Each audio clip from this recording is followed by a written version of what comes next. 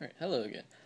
Since my cats have talked, or quieted down, I guess I can talk more about what I was going at. Because the last video I made was a little incoherent for the most part.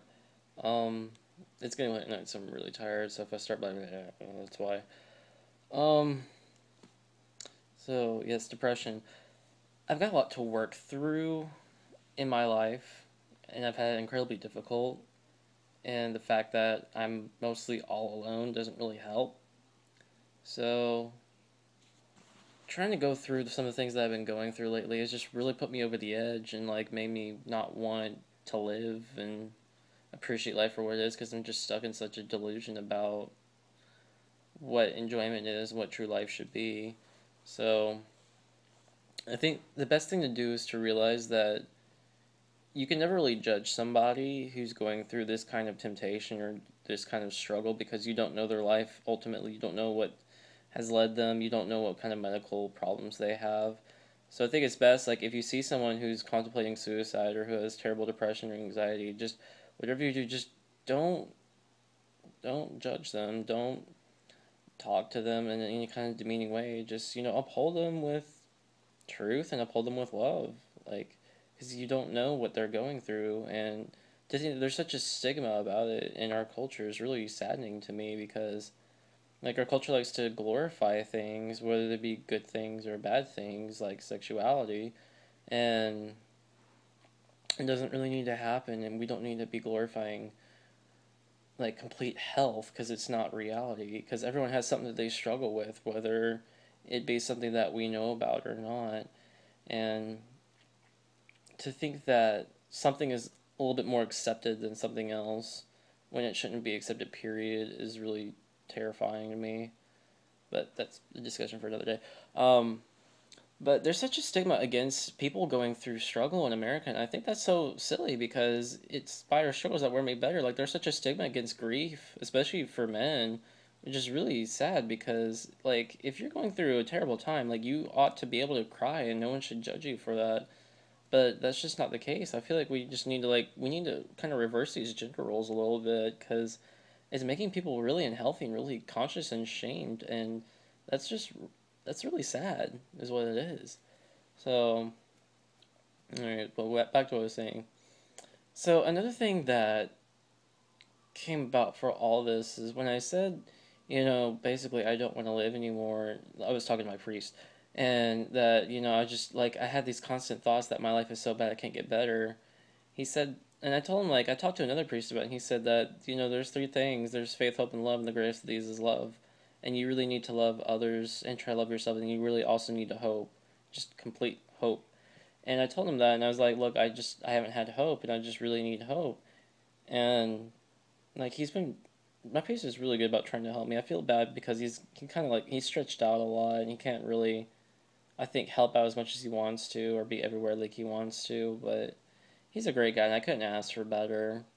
And I couldn't ask for better friends. It's just I get in these weird moods where I think that the world's against me because of my struggles, and that I'm just gonna go to hell no matter what because it's wrong, and I'm just so shamed, and it's so silly because I should just not have that kind of temptation to think that because it doesn't matter what your sin is. The fact that if you're constantly turning to God and repenting of it, even if you never truly repent of it or you never truly are cleansed of it before you die, the fact that you fall and kept getting back up and kept calling out for help and being faithful to God and doing good works and just loving others, like God's like He'll judge you for that, but He'll be compassionate and understanding as well.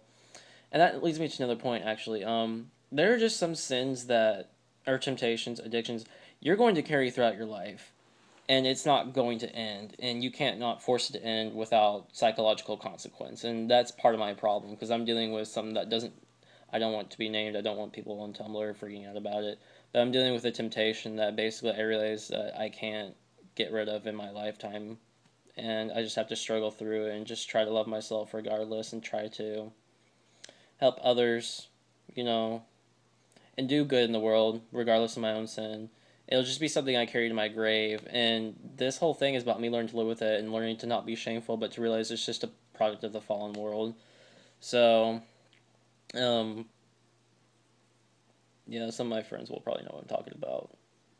Our world's getting really just terrible about these things, but so if anyone's really watching, and just keep me in your thoughts, keep me in your prayers as I try to go through things and get a counselor and actually lessen my pride and get help, because I was of this mindset that I don't need help until I'm on the verge of killing myself and in the hospital, and I don't want to get to that level either. So please pray for me that my pride dissolves and I really try to get help and try to get medication, counseling, anything that will help, because I don't need to be contemplating suicide when I've got a lot going for me and when I want to do so much good in the world. Because what a waste of my life it would be if I killed myself when I have so much potential to truly change this planet by either telling people about the Orthodox faith or by my civil career wanting to advocate for equality and wanting to be an urban agriculture person, learning to grow back into the ghettos and teach people how to grow their own food and give them free food and just love people. Like, tell them that the world is better than, our circumstances. So, yeah, it would be a terrible waste of my life if I didn't fulfill this, at least to some degree. So, yeah. Just don't think that you're useless and that because of your problems you can't be useless to somebody else and that you can't find love, you can't do this and that. You just have to be willing to get help. You have to be willing to see that there are things beyond control, and that's fine. Life is just about learning to live with it and learning to work through it and not be shamed because of it. So, anyways, for those who don't know me, my ask box is open. You can add me on Facebook, find my number, call me. I really don't care. Like, if you need to talk to somebody, I'm always here. I've been through everything. Like, I shit you not, I've been through everything. So I can definitely relate to a lot of things. So, alright, so I guess I'm headed out. So, peace be unto all of you.